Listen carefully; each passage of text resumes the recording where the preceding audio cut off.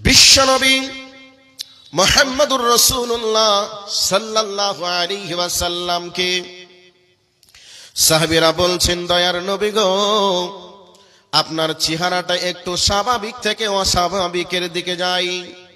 ইয়া রাসূলুল্লাহ, আপনি যখন আমাদের মাঝ থেকে দুনিয়া থেকে চলে যাবেন তখন আমাদের কি হবে?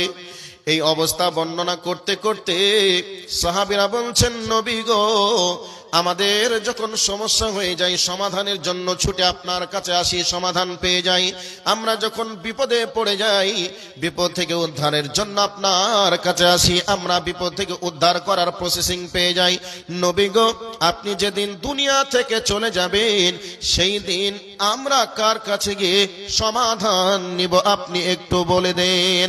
এরকম কথা বলার সময় নবীজি সাহাবীদেরকে বলছেন, ও আমার কলিজার টুকরা সাহাবীরা, তোমরা শোনো, তারাকতু ফীকুম আমরাইন লান তাজিল্লু মা তামাসসাকতুম বিহিমা কিতাবাল্লাহি ওয়া সুন্নাত রাসূলি।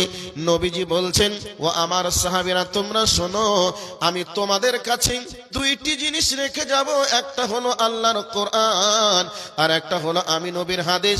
যতদিন তোমরা আল কোরআনকে এবং নবীর হাদিসকে ধরে থাকবে ততদিন তোমরা পৃথক হবে না, ততদিন তোমরা লাঞ্ছিত হবে না, ততদিন তোমরা অপমানিত হবে না।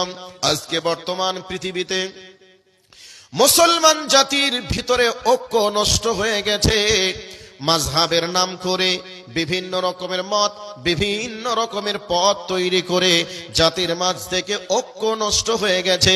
পৃথিবীতে যত মাযহাবের মানুষ আছে প্রত্যেকটা মাযহাবের মানুষই বলে, আমরা যে মাসআলা গ্রহণ করেছি এই মাসআলাটাই সত্য মাসআলা, সঠিক মাসআলা।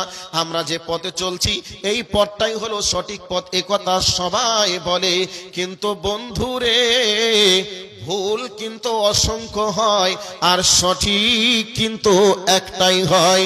তবে এতগুলো মানুষ যে তারা নিজেরা দাবি করছে আমরা যে মাসআলা গ্রহণ করেছি এই মাসআলা সত্য আছে, সঠিক আছে, আমরা যে মাযহাবের অনুসারী এই মাযহাব সত্য এবং সঠিক, এ কথা সবাই বলছে। তাহলে বলুন তো, সবার দাবি সত্য হবে না আমাদের নবী যে কথা বলেছেন এটাই সত্য হবে?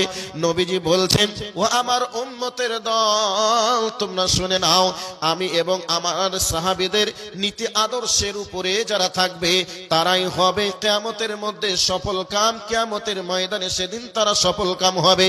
আর আমার এবং আমার সাহাবীদের নীতি আদর্শের উপরে যারা থাকবে না তারা সেদিন সফল কাম হতে পারবে না। নবীজি বলছেন, হে আমার সাহাবীরা, তোমরা শুনে নাও, আমি তোমাদের কাছে রেখে যাব আল্লাহর কোরআন এবং আমি নবীর হাদিস। যতদিন তোমরা ধরে থাকবে, যতদিন তোমরা মেনে চলবে, ততদিন তোমরা লাঞ্ছিত হবে না, বঞ্চিত হবে না। তাহলে বোঝা গেল পৃথিবীতে আজকে মুসলিম নামক এই বডিটার উপরে নির্মমভাবে অত্যাচার চলছে। ইসলাম নামক এই ধর্মটাকে নিয়ে বিভিন্নভাবে বিষোদ্গার করা হচ্ছে, বিভিন্নভাবে লিখনি লেখা হচ্ছে এবং সোশ্যাল মিডিয়াতে ভাইরাল করে দেওয়া হচ্ছে। তার মানে বোঝা গেল মুসলিম জাতি আজ লাঞ্ছিত। ইসলামকে নিয়ে আজকে বিভিন্ন রকমের ব্যঙ্গচিত্র তৈরি করছে। এর মানে বোঝা গেল মুসলিম উম্মাহ আজকে ঐক্য নষ্ট করেছে, মুসলিম উম্মাহ আজকে কোরআন এবং হাদিস ছেড়ে দিয়েছে। এই জন্য পৃথিবীতে মুসলিম উম্মাহ আজকে মুসলিম উম্মাহ আজকে অপমানিত হচ্ছে, লাঞ্ছিত হচ্ছে, নির্যাতিত হচ্ছে, নিপীড়িত হচ্ছে। তার মানে কোরআন এবং হাদিস থেকে দুইটি বিষয় ক্লিয়ার হলো। একটা ক্লিয়ার হলো, আল্লাহর কোরআনকে যখন আমরা নিজের মতো করে মানব তখন আমরা অপমানিত হব। আমরা মানছি নিজের মতো করে, এই জন্য অপমানিত।